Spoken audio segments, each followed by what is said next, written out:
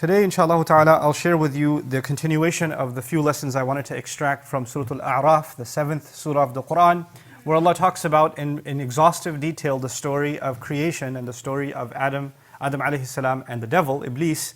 And what I wanted to highlight today, after speaking about arrogance and jealousy last time, is actually when Allah Azza wa Jal asked him, or actually commanded him to be expelled. He's lost his rank, he's going to be pushed out from the closeness of Allah. At that point, he responds to Allah. And as I get to that response of the devil, I wanted to explain to you why the word shaitan is important to understand. It has a non-Arabic origin also, but in the Arabic language, it is argued to be from one of two origins. It's shait or shaitan. There's two possible origins of the word. And the word shaitan in Arabic actually means taba'ada. It means someone that goes far, far away. Someone who's very far and very long distance away. It's actually the same reason why the word shaitan is used in Arabic for a very long, extensive rope. So a super long rope is actually called al-hablul mumtad, is actually also called a shaitan. And from it you get the word shaitan. The other side of it, actually, the origin of the word shait, it actually means someone who is engulfed in flames because of anger. Meaning someone who's fired, literally in many languages, you use the idea of, man, he was fired up, or he was on fire. Or man, they said, what you said set me ablaze, or my heart is on fire. The idea of fire being associated, or being ablaze, being associated with anger, or hatred, or spite. That he's set on fire because of his spite. And some have tried to combine both of these meanings, suggesting that he's gone too far in his hate. And anytime there's any opportunity for him to get closer and reduce that hate, he keeps pushing it away and keeps going further and further away. And as a matter of fact, that's part of what he does for us. His job is actually to take something that isn't a good quality that we have inside of ourselves. First of all, he wants to set that quality on fire, excite that quality, serve as a catalyst. He can't make us do bad things. But there is a potential dangerous ingredients inside the human being already. He can encourage you to be careless with those ingredients and start a fire. And once you do, then he wants you to keep going and going and going. يُرِيدُ الشَّيْطَانُ أَن تُضِلُّوا ضَلَالًا بَعِيدًا, Quran says. Shaitan wants that you go misguided far, far, far away. Just like he himself. He wants you to keep going and keep going and keep going. And not turn back. And he will, inshallah, we'll see how he does that. How is he successful in messing people up and making sure they stay messed up? So his response to Allah, when Allah tells him to leave, is أَنظِرْنِي إِلَى يَوْمِ يُبْعَثُونَ. Give me extra time, and it's not a lot of time. نَظَّرَ would be to give a lot of time, أَنظَرَ would be to give not too much time. I'm not asking for too much time until the day when they are resurrected. Meaning, don't punish me right away, just give me some ability from even now until the day they're resurrected. And in the mind of shaitan, that's not a long time. In the mind of shaitan, who's actually been in the company of Allah, been in the company of the angels, he actually understands that from the time that this conversation happens until Judgment Day is not a very long time. And actually what he spins to all of us is, you got time. You got all the time in the world. You don't have to change right now. Ramadan's not for a few months. You're good. So in your head, and in my head, we feel like we've got very long. And even if death is near, then so what? The day of judgment, God knows when that's going to come. إِنَّهُمْ يَرَوْنَهُ بَعِيدًا وَنَرَاهُ قَرِيبًا. They see it as something very far away. Why do you have to worry about it right now? So that's one thing that we get from it. The other thing that's on a side note, some people ask the question, and even recently I was asked, Shaitan is someone Allah kicked out, someone Allah rejected. And yet later on in the story you learn that he was able to whisper to Adam and our mother, who were still in heaven. So how is he able to whisper to them while he's kicked out of heaven and they're still in heaven? And possibly the answer to that is actually this ability Allah gave him. First of all, he stays at a distance. He's part of the meaning of his word. He stays at a distance. But Allah gave him the ability to have his whisper reach us anyway. And that's not so hard for us to imagine today. Right? People are very far away from us and their voice reaches us by means that would, in any other century of world history, would be considered magic. I can see my mother from across the ocean. That's, in any other day and age, that would be called magic. Today it's just an iPhone. Or today it's just a video call. Right? It's just a Skype call. But the idea that he can reach from a distance, and can whisper is an ability that Allah allowed him to have until the day of resurrection. So, أَنظِرْنِي إِلَى يَوْمِ يُبْعَثُونَ, and Allah immediately responded, قَالَ إِنَّكَ مِنَ الْمُنظَرِينَ. Fine, you are among those who've been given some time. I'll let you have some free space, from some free roam to operate within that space. The other thing here is, why did he ask for time? He knows punishment is coming. He knows it's not that far away. What's he hoping to gain? He knows for a fact he will not avoid Allah's punishment. He knows for a fact that he's been rejected. There is no success for him at the end of all of this. There is no saving himself. There is no asking for forgiveness. He's given up on all of those things. He's gone far away from all of those things. He's made up his mind. So what's he going to accomplish? In his mind, so long as I can prove to Allah that I'm not the only failure. I'm a failure, sure. But my success will be if I can prove that they're also a failure. Aha, see, you think I'm a loser? They're losers too. And I'll prove it to you. Just give me time. This is his success. In his head, that's a goal. And you know what? That's a goal like a virus that he infects other people with. There are some people in whose life the only thing is, I don't care if I accomplish or not. I just want to make sure this one doesn't accomplish. I just make sure this one doesn't get. This is exactly what happened later on in this surah, in the story of Habil and Qabil. They both offered a sacrifice. One sacrifice was accepted and the other says, well, how was his accepted? I don't care if mine was accepted or not. I can't have him be successful. That bothers me. Jealousy even between human beings. Jealousy between siblings, between loved ones, between spouses, between parents. I've even met children that have said to me, you know, I don't like my parents. Why don't you like my parents? Because they love each other so much it bothers me. Really? That bothers you? Yeah, because I know I'm never going to have anything like that. It just makes me jealous. Whoa, that's heavy. I mean, it sounds weird and funny, but it's actually pretty heavy. That a person can actually feel that. Shaitan can make you want something. Even if you're not going to have it, I wish they didn't have it. So long as they're miserable, I just want to make sure they're miserable, then I'll be happy. There are some people who might just be, you know, they're okay so long as they don't hear from you. But if they find out that you're happy, if they find out that you were smiling, it really bothers them. Like, why is he happy? What just happened? I thought he disappeared. I thought she was miserable. And now I see this picture somewhere, or I see this video somewhere, or I heard from somewhere that they were happy. Huh? What is this? And then the thought of, how did they get away with it? How are they smiling again?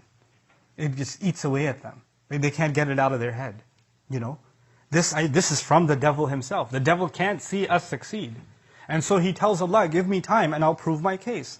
But then what he said, he didn't even hide what he's going to do and how he's going to do it. He actually laid it all out. And Allah laid it all out for us, because part of guidance, part of knowing the road is knowing the dangers on the road.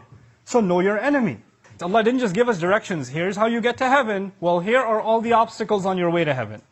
Here's all the obstacles that will keep you from succeeding. And here's your enemy waiting for you. So he says to Allah, قَالَ فَبِمَا أَغْوَيْتَنِي. And it is only because you made me turn the wrong way. This is what he says to Allah. It is only because you made me turn the wrong way. Who does he blame? Allah. This was your scheme. This was your plan. You knew it would bother me that Adam is made from dirt, and you messed, because you're all-knowing, you messed with me anyway, and you made me sin. It's your fault, not my fault. You got me into this. You did this to me. You just don't like me. You have it out against me. You're the one who cursed me. You're the one who doesn't want me to be forgiven.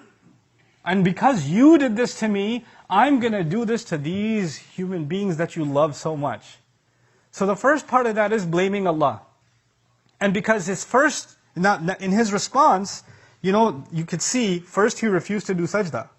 That was a distance away from Allah. Then he took another step and he said, well, I'm better. Another step away from Allah. That's an act of arrogance.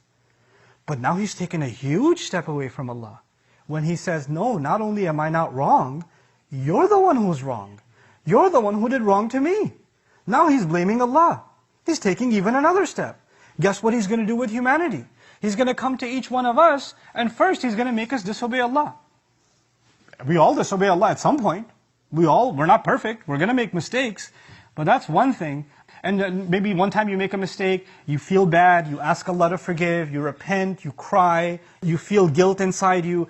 that just makes you human, and that makes you like Adam alayhi salam. But he comes and makes you sin again, convinces you to sin again, convinces you to sin again. And the next time, he adds another worse step that takes you, it's way worse than the sin. Sin is bad, but something way worse is when you start justifying it. It's way worse. When you start giving a logical explanation for why you sinned. Well, I was under a lot of pressure, or I did this, or I had this reason or that reason. You don't understand what I was going through. I was really upset at the time. I have my reasons. When you start doing that, you're being like the devil. He's taking another step away. Taba'ada, shatana. Another step away from Allah. But the worst of it all is someone keeps going down a road of sin, and then when you say, why are you going down this road? You say, Allah wants it this way. You know, if Allah wanted, I would have been a better person. I don't even know why He hates me so much. God just doesn't like me. What has He done for me? And you find people that have now drowned themselves in sin, now speaking about Allah in that way, exactly the step-by-step procedure Shaitan took to take another step, another step, another step, before he's an infinite number of miles away from Allah. This is taba'ada. And all of this out of his rage. Fueled by the fuel of this vehicle is his rage. So he will want that for humanity. And so he says now to Allah, you're the reason. You're the cause. Not only do I want to get away from this, from my road to Allah, but he says, لَأَقْعُدَنَّ عَلَى صِرَاطِكَ الْمُسْتَقِيمِ. He promises to Allah, أَقْعُدَنَّ لَهُمْ صِرَاطَكَ الْمُسْتَقِيمِ. I promise to you, and I swear to you, and I swear to you, and I swear to you. This is called lam al-tawqid and nun thaqila in grammar. An easy English translation would be, I will sit, waiting for them. But qu'ud actually means to sit somewhere waiting in ambush for an enemy.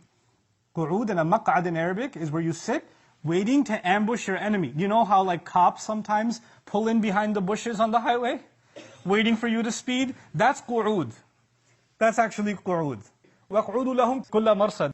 A place of ambush. But anyway, the idea of qu'ud is to sit somewhere a long time. And qu'ud is different from julus. If I sat on this chair and got up, that's julus. But if I was in qu'ud, I would take my time. So he's got all the time in the world. If you're not messing up, he's okay. He's like, oh, I'll get you eventually.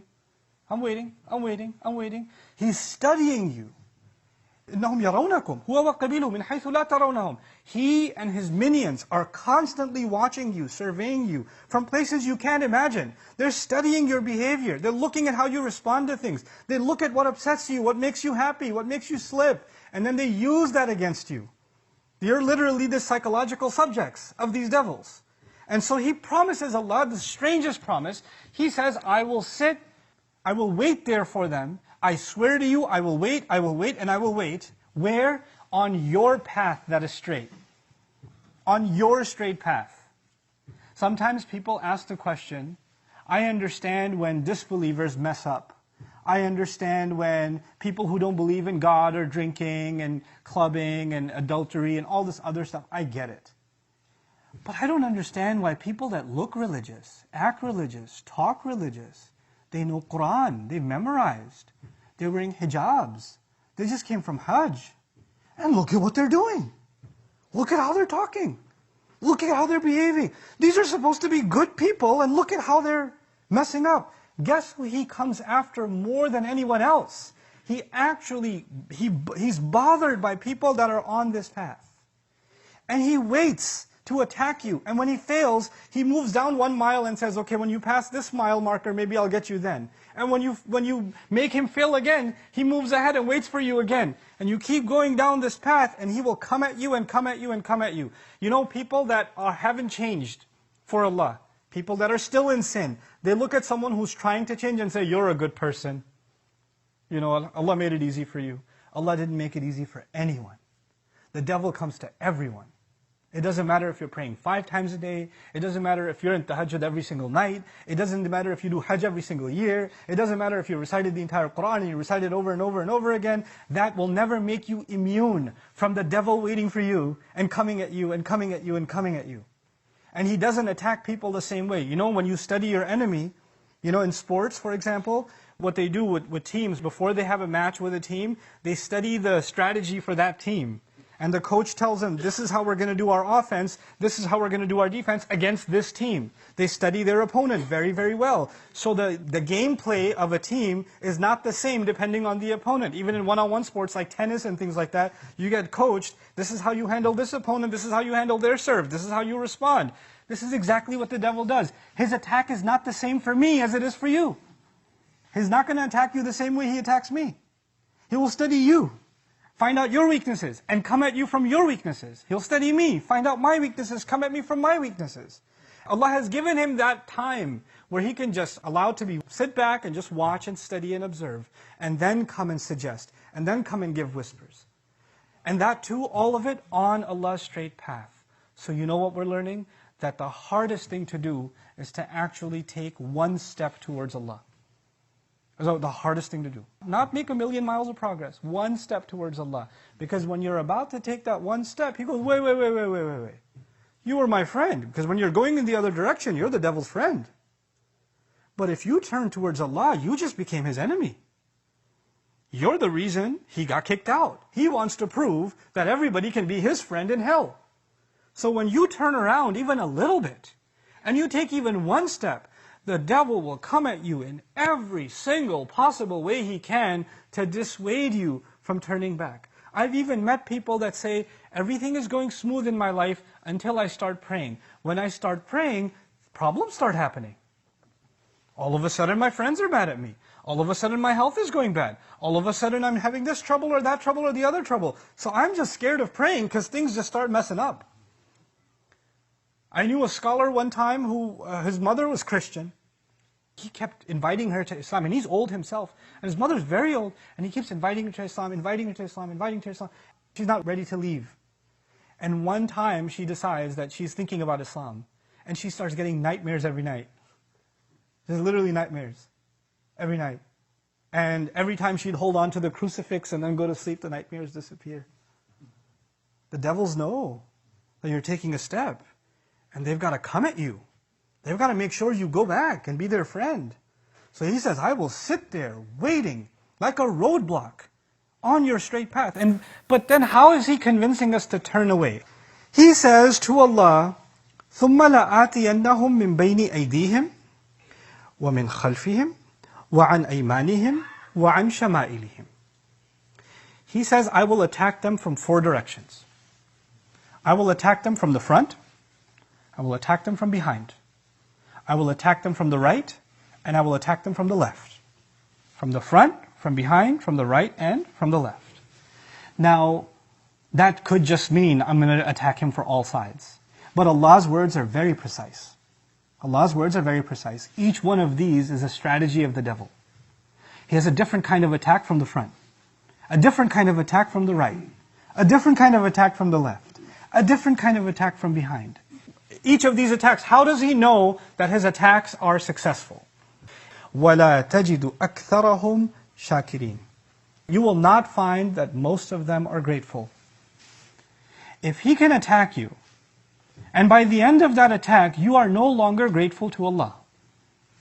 You're no longer grateful. You're pessimistic, and when someone's pessimistic, for example, they're not grateful, because to be grateful, you have to think about the good things. You can't think about bad things and be grateful. That's impossible. You have to think of the positive. You have to think of Allah's favors. You can't be grateful if you're in disobedience. How can you be grateful to Allah and show no loyalty to Him? What kind of gratitude is that? If He can figure out some way of making you and me ungrateful, then He's succeeded. You know what we're learning? His biggest problem was arrogance. His biggest problem was arrogance. And Allah is teaching us through these ayat that the biggest solution to arrogance is what? Being grateful. Being grateful. And He knows, so long as they're grateful, I won't get them. So long as they're thinking about Allah's favors to them, I won't get them. So long as they're positive and hopeful, I won't get them. So long as they have a good opinion of Allah, I won't get them. You can't be thankful to Him if you have bad thoughts about Him. So if I can just get rid of their gratitude, I've succeeded.